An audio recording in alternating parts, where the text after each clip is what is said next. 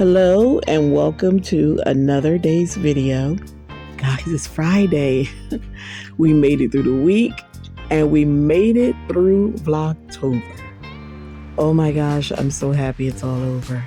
Not that I don't enjoy uploading for you guys. It's just very, very time consuming.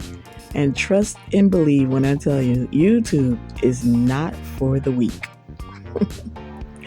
If you are new on my channel today, welcome. Thank you so much for tapping on today's link. I appreciate having you here. My name is Wanda, and this is Grandma Does It All. It's a cleaning and organization channel, and I like to bring in some hauls and some shopping videos as well.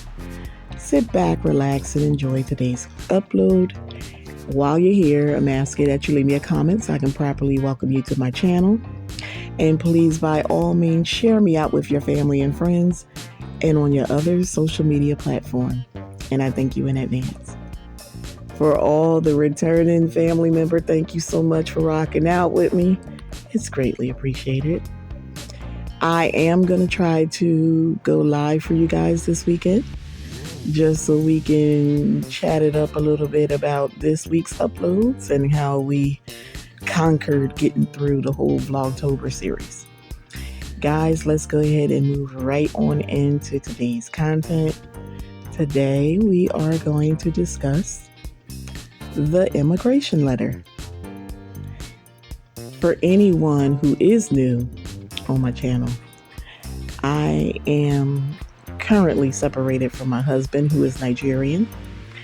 I filed him and his children into the country, and unfortunately it's all coming to an end. That's unfortunate for him. We were in what I thought was a solid marriage in the beginning, but it took a few twists and turns, and the pandemic probably didn't help anything out, because you know how they say you really learn a person once you live with them. Well, we were living together in such tight quarters because we were quarantining. If you all saw the series from Risa Tisa, Who the F Did I Marry? Just know that, and I could say this a million times over, with all due respect, that series, which is eventually going to turn into a movie soon, and there already has been a movie compiled from that series already, like I want to say maybe 6-8 months ago, but it has nothing on my content. And I mean that. Yes, she went through dealing with a liar, but I dealt with so much more. And it wasn't just with an American man. Like I said, he's Nigerian. So I had to consider and adapt and bring in the whole cultural difference as well. So, guys, again, today is the immigration letter. And there was a time back when he was still waiting for his 10-year green card appointment. So we had already been married, and then I filed the paperwork. It was about 9 months to a year later when he finally received his social security number, work authorization, travel documents, and some other correspondence. But keep in mind that I am considered a sponsor, and I am completely responsible for this man and his children legally. Meaning anything that he goes out and do that will get him in trouble with the law, everything comes back to me, which in turn we would have to go before immigration to give answers, and they would decide if it was necessary to do like a deportation.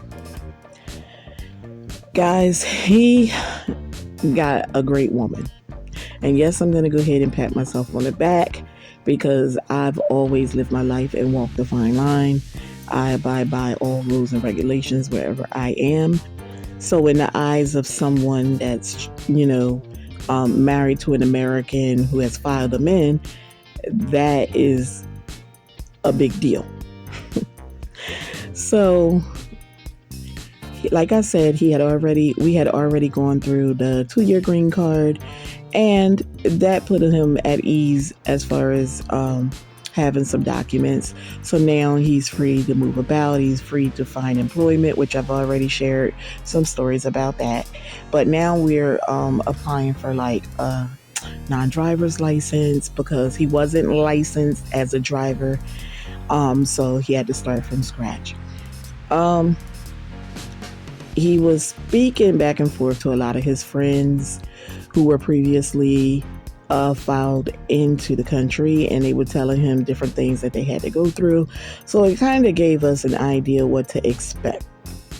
So whenever you are filed in, and me being a sponsor, you're always getting correspondence from immigrations periodically, right? They have to keep their records updated. And the fact that we went through a whole pandemic and they were shut down, we had to do a lot of things via online. So we got to a point where we filed some more tax documents, and he was waiting for some important mail. Now, normally when the mail come in, it'll be in the attention of myself, and then it's in reference to, and it'll have my ex's name and then his children's name if it's a piece of mail for them. That's how it always come in. It's addressed to me, and then it's in reference to, and it'll have their names listed.